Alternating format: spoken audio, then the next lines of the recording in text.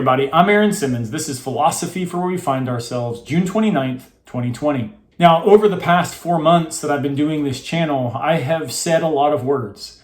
And Martin Heidegger reminds us at one point that all the really good words may have already been used up. I think right now that one of the great things that we are all learning from the Black Lives Matter protests is the importance of being able to learn silence in the face of the experience of others.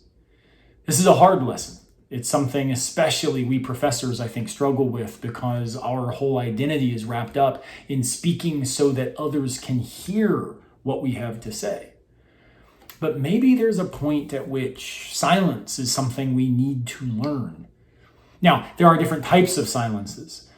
There are silences that say nothing. There are being silent, remaining silent when it was time to speak up, to stand with others. And then there are silences that are pregnant with the desire for solidarity, for education, for being challenged in one's own beliefs so that you might move forward by learning about the beliefs of another. There is no algorithm here. But I do think something that lots of us probably, especially white people, could learn right now is how is it that we can learn to be silent in the right ways? I think, in fact, here there's something powerful in the tradition of apophatic theology. This is negative theology, that idea that we can't say anything about the divine, and so we instead, the closer we get to God, become less and less vocal about God, because we recognize the idols of our own words that often distract us from the divine. I think sometimes this can happen even in relation to our own educational status or our own background or our own expertise. I have defended expertise and will continue to do so. I have defended the importance of epistocratic stakes for democratic life. I will continue to do so. I think it is crucial to remember that speaking truth to power requires that you first care about truth. I think that it's important, though, sometimes we learn not to speak.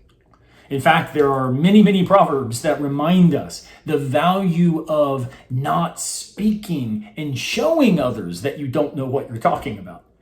Sometimes, and especially this is the case when it concerns the embodiment of the human experience. I have to listen to others to learn about their experience, even when that is something that is sometimes hard, even when that's something that often challenges my own sense of the world or sense of my place in the world.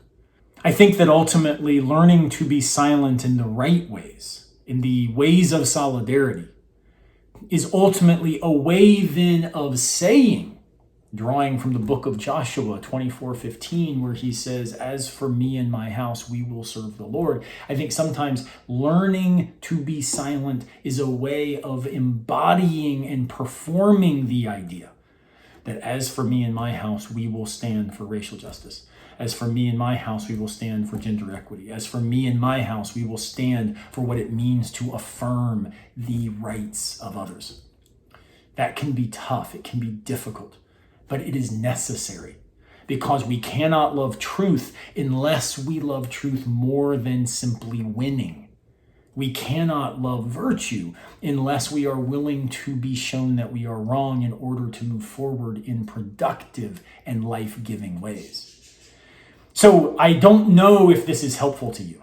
I haven't unpacked some complicated philosophical idea, but I'm simply wrestling with this myself. And so I thought I would invite you to wrestle with it with me. How can we learn to be silent in the right ways while using our voice to avoid silencing others?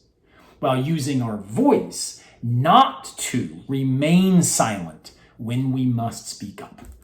And I think maybe the right kind of silence is where we say, "As for me and my house, I will stand with you." I'll see you tomorrow unless a piano falls on our hands.